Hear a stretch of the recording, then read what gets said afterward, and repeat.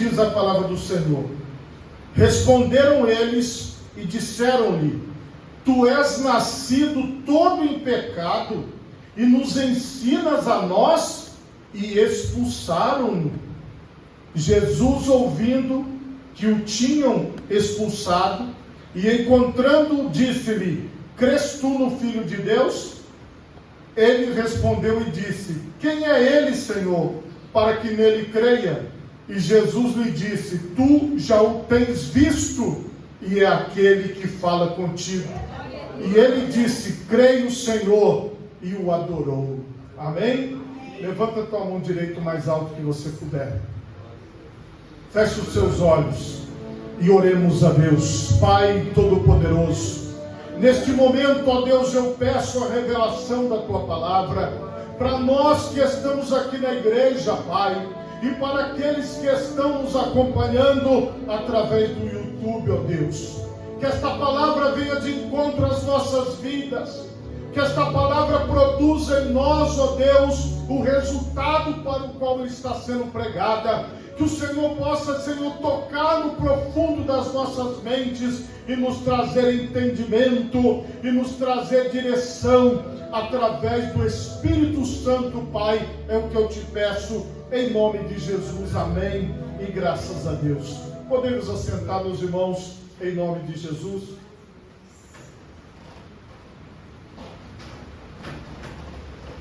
Meus irmãos, o tema da mensagem nesta noite é: o nascido todo em pecado.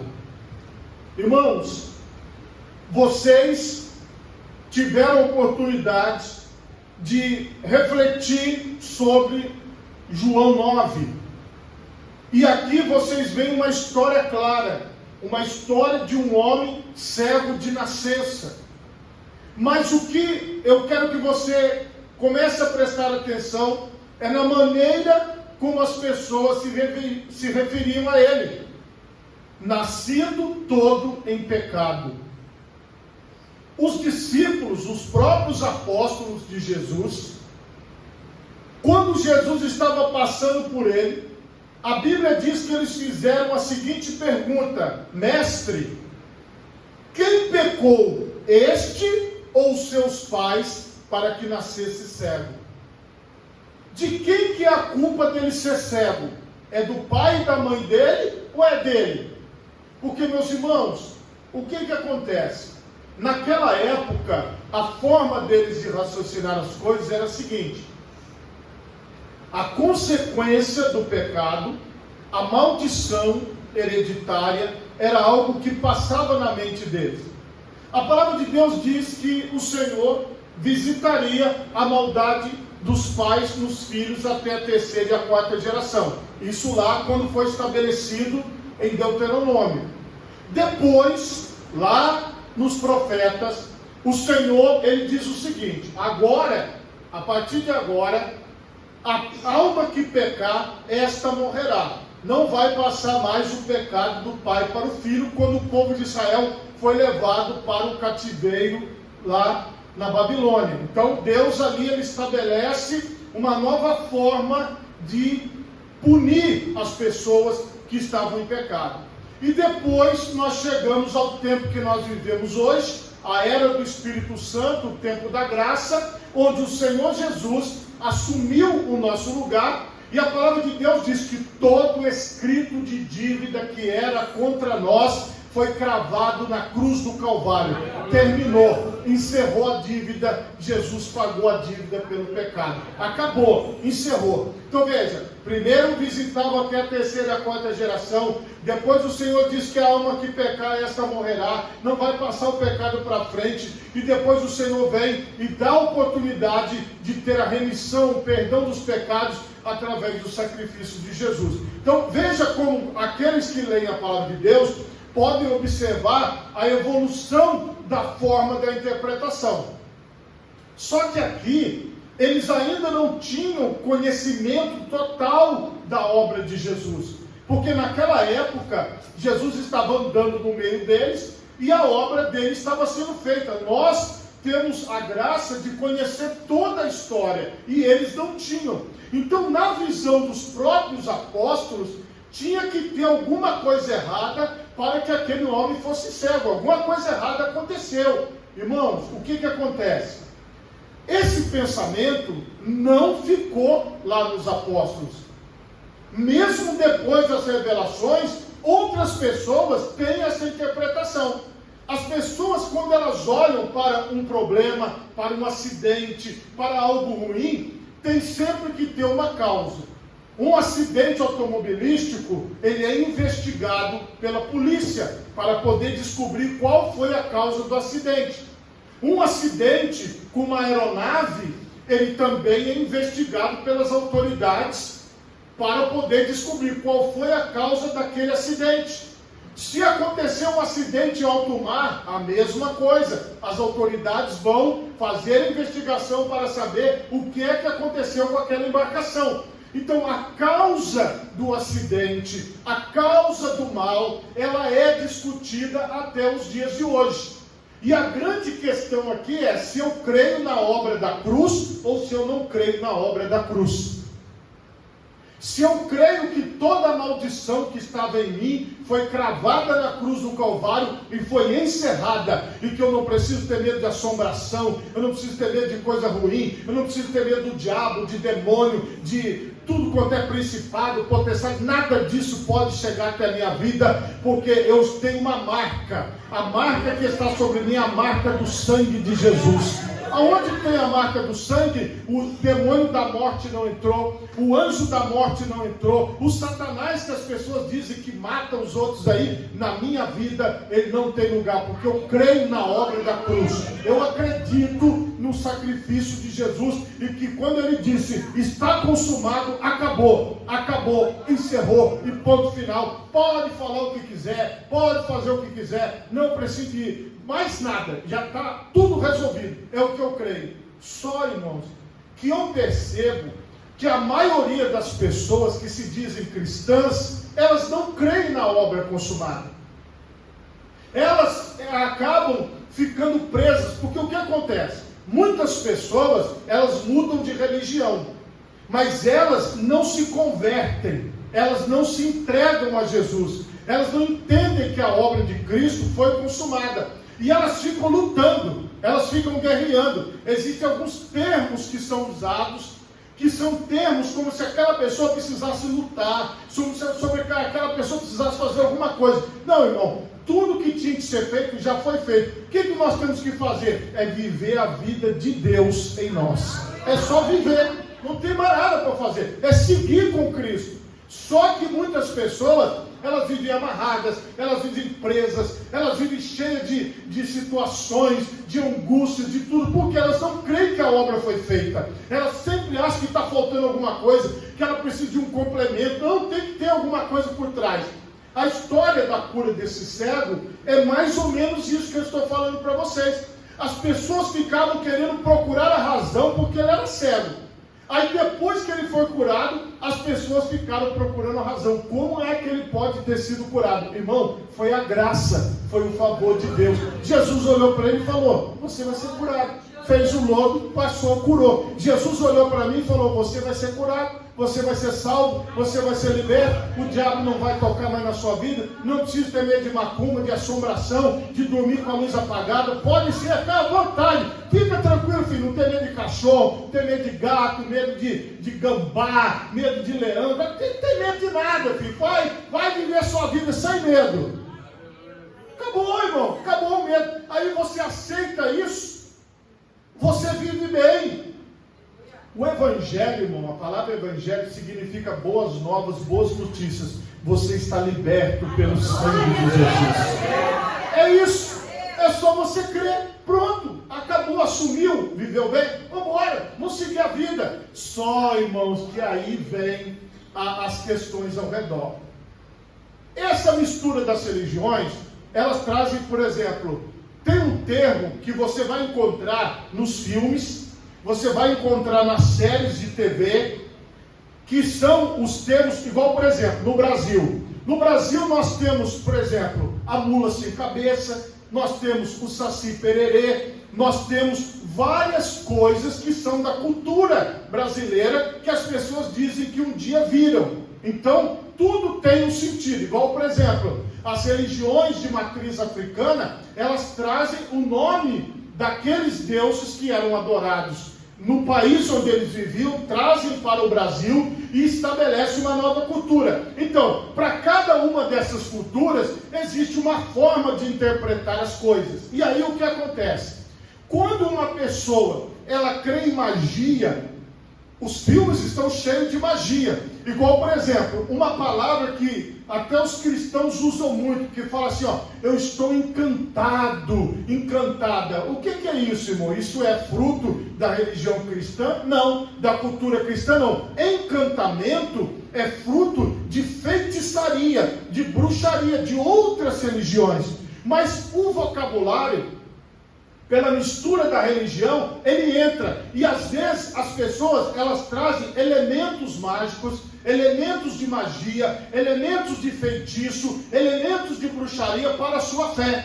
Muitos livros que se dizem cristãos, eles não estão baseados na Bíblia, nem no Velho Testamento, nem no Novo. Eles estão baseados na cultura das bruxas. As pessoas vão lá ler histórias de bruxa, ler histórias de demônios territoriais que ocupam isso, ocupam aquilo. Aí a pessoa pega aquela literatura, traz para a vida dela. Aí ela fala assim, ó, aqui tem um demônio que toma conta da ilha de Santa Maria. Aí ela pula ali para Jucutucara, não, ali Jucutucara já é outro demônio que toma conta. Aí ela vai lá para o centro, não, o demônio do centro é outro. Então ela vai vivendo assim, não, peraí, deixa eu ver aqui, qual que é, deixa eu olhar no meu mapa. Aí tem o mapa dos demônios, o demônio do Oriente, o demônio do Ocidente, o demônio da... Então a pessoa gasta tempo da vida dela estudando e pesquisando. Aí, irmão, na Bíblia eu leio o quê? Maior é aquele que está em nós do que aquele que está no mundo. Já resolvi.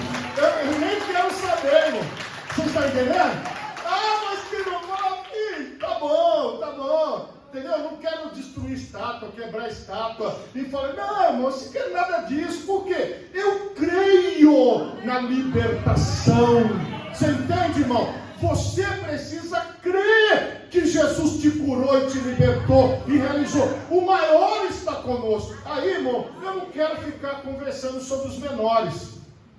Eu não tenho tempo para isso, irmão. E se eu já conheci o maior, eu já conheci o soberano, para que eu vou ficar atrás de fazer curso para saber? Irmão, presta atenção nisso. Nós não temos que discutir milagre e salvação. Irmão, o Salvador é Cristo, o libertador é Cristo. Então o que a gente tem que fazer? Viver, irmão. Presta atenção no que eu vou te falar.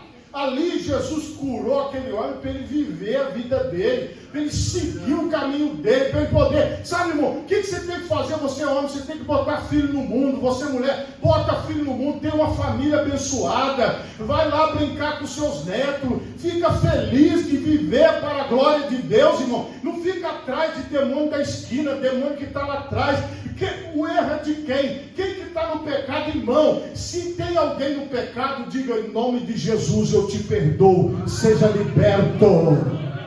Acabou, irmão, acabou, encerrou, entendeu? A nossa pregação do Evangelho, ela é uma pregação simples, ela não é uma pregação mágica, ela não é uma pregação que precisa de ficar botando medo nas pessoas, irmão. A questão é a seguinte: nós não precisamos de inventar, nós só precisamos de ver como Jesus trabalhou. Jesus, ele chegou, viu o homem, e a pergunta incomodou Jesus. Jesus falou, nem ele pecou, nem os pais dele pecaram. Não, isso aqui, o problema na vida dele, não é por causa de pecado, mas aí Jesus trouxe uma nova teoria.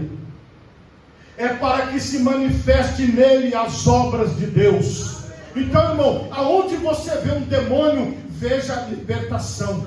Você fala, aquela pessoa está cheia do capeta, pastor, e você está cheio do Espírito Santo.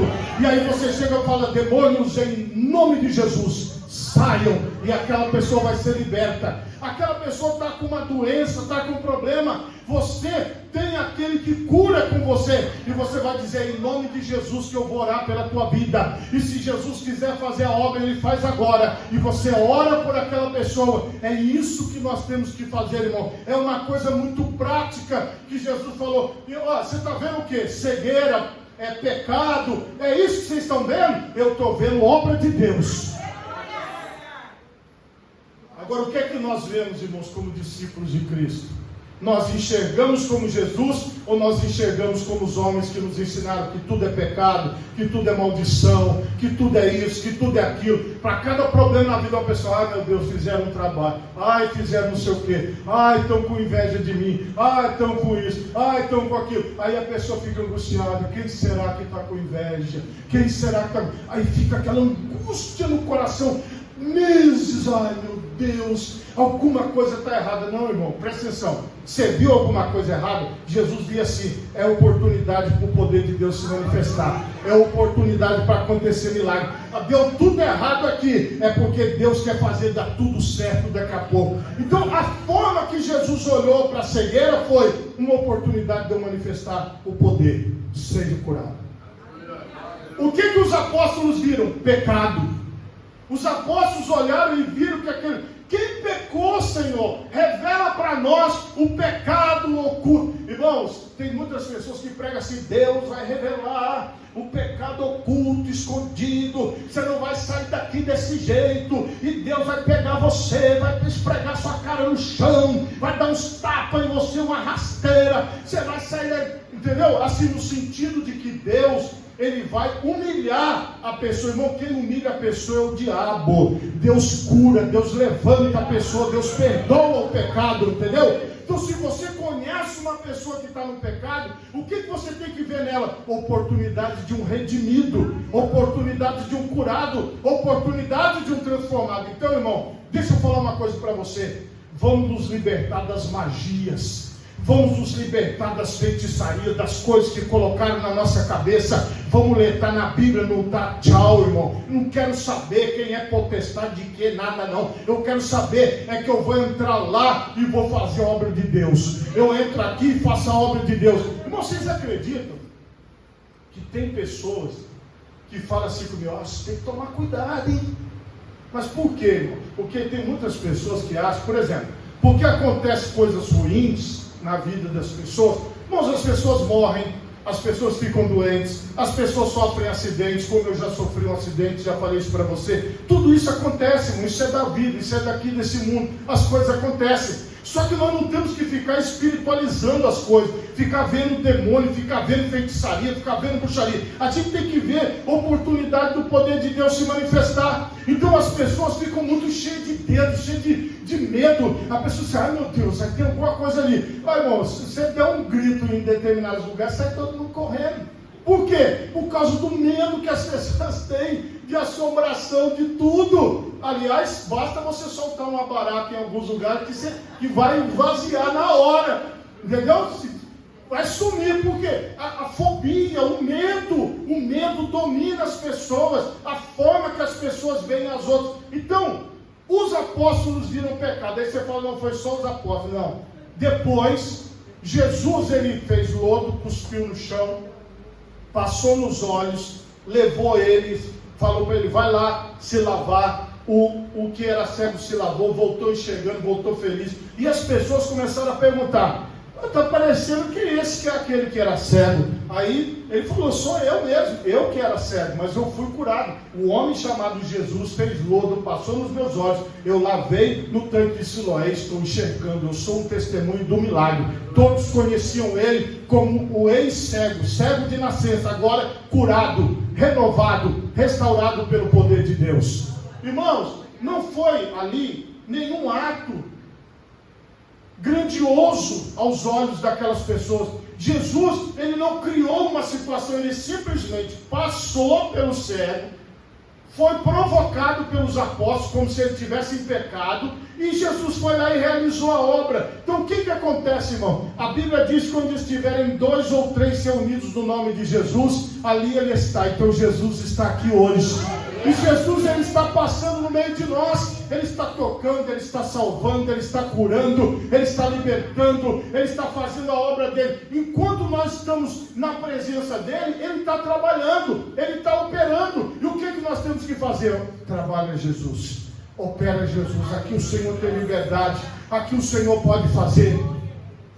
Irmãos, eu comecei a prestar atenção no seguinte, em ver Jesus no local. Eu não quero ver diabo não, irmão. Se o diabo quiser aparecer para mim, eu falo, não aparece não, filho. Eu não quero ver demônio, eu quero ver anjo, eu quero ver Jesus, entendeu? Eu quero o céu, eu não quero nada com o inferno. Por isso que eu não gosto daquele negócio de fumaça subindo. Já é uma preparação para o inferno nos lugares, que a pessoa já pode ficar vai subir naquela fumaça. Eu não gosto desse negócio de fumaça. Não é desnecessário isso. Eu quero, irmão, o céu. Eu quero as coisas de Deus. Eu quero estar perto de Deus. Eu quero estar junto de Deus. Eu falo, Senhor, olha só, se o diabo tiver que aparecer para mim, não proíbe, não deixa não. Eu quero ver só o Senhor. Eu quero ver Jesus. Então, irmão, isso te motiva. Se você tiver nessa motivação, agora o povão aqui, irmão, não foi assim não. Eles começaram a questionar aquele homem, mandaram chamar o pai e a mãe dele para poder justificar o milagre de Jesus, para poder explicar. O que acontece, irmão? Quando Jesus liberta, ninguém vai voltar aquele homem a ser cego. Ninguém pode botar a cegueira de volta, porque Jesus curou. Então, se Jesus te libertou, foi uma experiência particular. Você não deve satisfação a mim, que sou pastor. Você não deve satisfação a ninguém. Você só deve satisfação a Jesus, que te curou. Porque Ele te curou. Ninguém vai te entender não, irmão. Ninguém vai te ouvir não. As pessoas vão continuar te vendo como um pecador, como uma pecadora. Porque aí, irmão, na justificativa, o que é que os fariseus disseram para ele? Tu que és nascido todo em pecado. Os apóstolos achavam que aquele homem era fruto do pecado. Os fariseus achavam que aquele homem foi nascido em pecado porque ele estava enfermo, que ele era cego, então era pecado, era o mal. As pessoas sempre vão olhar para mim e ver o mal. As pessoas sempre vão olhar para você e ver o mal. Às vezes é aquela pessoa que você gosta, às vezes é aquela pessoa que está perto de você. Mas entenda uma coisa, irmão, o olhar das pessoas em relação a nós, se as pessoas nos olham com olho de magia, se as pessoas nos olham com olho de maldição, se as pessoas nos olham com os olhos assim, dizendo assim, ai, tomara que ele se dê mal, e não pode desejar o mal à vontade dessas pessoas, pode ficar desejando o mal, porque elas não têm poder. Jesus falou, todo o poder me foi dado nos céus e na terra. Só Jesus tem todo o poder. Graças a Deus. Eu vou dizer por irmão Beto que ele nem precisa mais ir para a igreja, que já tomaram o cargo dele de puxar as palmas, tá? Já vou falar para ele, já seu cargo já ocuparam. Preste atenção nisso. Jesus, ele operou um grande milagre. Era para todo mundo celebrar, irmão. Era para todo mundo estar feliz, irmão. Era para as famílias estarem alegres por você estar na igreja. Era para os seus amigos estarem felizes, falando, ah, que bom que você foi para a igreja. Que bom que você está na igreja. Mas não é isso que acontece. As pessoas sempre olham e veem aquele defeitinho. Falam assim, fulano na igreja, quanto tempo vai? Ah, meu Deus, aquela... Ah, não é possível. Não, isso aí não. Não, eu conheço, isso aí eu conheço. Então as pessoas, elas têm uma forma de brincar, elas têm uma forma de diminuir quem está na presença de Deus. Mas irmão, o que eu quero te mostrar? Não se deixe abalar pelo olhar de maldição das pessoas. Mesmo que alguém te veja no pecado, mesmo que alguém te veja no erro, mesmo que alguém te veja enfermo, mesmo que alguém veja questões de espírito, de demônio, irmão, deixa eu te falar, veja Deus na sua vida. Abraça Jesus, irmão, abraça a palavra de Deus, abraça o Senhor, abraça. Fica firme com Jesus, viva a sua vida normal, não precisa ter medo de nada. E está aqui, irmãos, a prova. Aqueles homens ficaram tão irritados com o ex-servo, que expulsaram ele. Falaram assim, vai embora, a gente não quer mais ver você, não vai, sai. Mandaram ele embora, expulsaram ele. De muitos lugares, irmãos, nós seríamos expulsos. Por quê? Porque nós abraçamos Jesus. Deixa eu te explicar uma coisa. Eu estou servindo ao Senhor Jesus Cristo na igreja do Evangelho Quadrangular. Nós estamos servindo a Cristo na igreja do Evangelho Quadrangular. Nós não estamos servindo a placa da igreja, nós não estamos servindo as autoridades eclesiásticas, nós não estamos servindo as autoridades civis, nós estamos seguindo ao Senhor Jesus. É isso que tem que estar no seu coração e na sua vida. Abraça isso, irmão, seguindo a Jesus. E aí, irmão, olha que a parte mais bonita dessa passagem é o que eu li para vocês. E quando Jesus ouviu falar, expulsaram ele, aí a Bíblia diz aqui que Jesus se apresentou e se encontrou com ele e disse: crês tu no Filho de Deus? Aí Jesus veio para completar a obra na vida dele e na minha vida e na sua vida. A pergunta que Jesus fez é a pergunta que eu faço para vocês: vocês creem no Filho de Deus? Vocês creem em Jesus Cristo? Vocês creem nesta obra poderosa que o Senhor tem realizado nas nossas vidas? Aí ele perguntou: quem é, Senhor, para que eu creia? E Jesus disse: tu já o tens visto, e aquele que fala contigo. Irmão, Jesus tem falado conosco durante todos esses anos. Não é nessa mensagem que eu estou pregando, não. Se você vier de manhã, você vai ouvir Jesus falando com você. Se você vier aqui na terça-feira na oração, Ele vai falar com você. Se você vier aqui na quarta-feira, Ele vai falar com você também. Se você vier na quinta aqui na célula dos jovens, Ele vai falar com você também. Se você vier na sexta profética, Ele vai falar com você também. Se você vier nos sábados, nos cultos dirigidos pelos grupos e departamentos da igreja, Ele também vai falar com você. Em qualquer momento, Ele vai falar com você. Ele falou: sou eu mesmo. Você não está enganado não, irmão. Você está na presença de Jesus. Quem te libertou foi Jesus. Quem fez a tua obra na tua vida foi Jesus. Você não mudou de religião, não. Você está na presença de Jesus, o libertador, o salvador. E ele disse: creia o Senhor, e o adorou. Ele se ajoelhou. Irmãos, nenhum judeu poderia receber adoração como nenhum de nós homens pode receber adoração. Nem os anjos podem receber adoração. Jesus recebeu adoração porque Ele é Deus, porque Ele é o Todo-Poderoso. E aquele homem se ajoelhou diante dele e o adorou. Ele entendeu: foi Ele que me tocou, foi Ele que me curou, foi Ele que falou comigo, e é com Ele que eu vou ficar. Ele foi expulso da sinagoga, mas ficou firme na presença de Jesus. É isso, irmão, que nós precisamos. Nós precisamos ficar firmes na presença de Jesus. Jesus, ele complementa dizendo: eu vim a este mundo para juízo, a fim de que os que não veem vejam, e os que veem sejam cegos. Aqueles dos fariseus que estavam com ele, ouvindo isso, disseram-lhe: também nós somos cegos? E disse-lhe Jesus: se fosseis cegos, não teríeis pecado, mas como agora dizeis: vemos, por isso o vosso pecado permanece.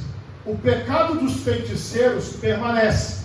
O pecado das pessoas que só veem pecado nos outros permanece. Eles acham que eles sabem mais do que os outros. Eles acham que eles estão acima de Deus. Mas só o Senhor é Senhor. Só Ele é o Senhor. Então o que você tem que entender? Você precisa estar aos pés de Cristo.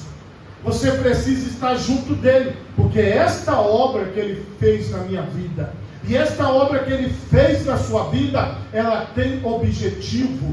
Esta obra que Ele fez não foi à toa, não. Não foi à toa. E é por isso, meus irmãos, que nós precisamos crer. Nós fomos uma oportunidade de Deus agir. Assim como outros serão oportunidade de Deus agir. O que nós temos que entender é: não vamos dar ouvidos a tudo que estão falando, a tudo que estão dizendo. As pessoas vão tentar o tempo todo nos confundir. Vocês viram no diálogo que eu li para vocês? Eles tentavam confundir o homem que era cego. E eles falavam para confundir. Mas não, irmão, não. Você não vai ser confundido. Porque a tua fé, ela está firme no Senhor Jesus Cristo. E você vai permanecer firme.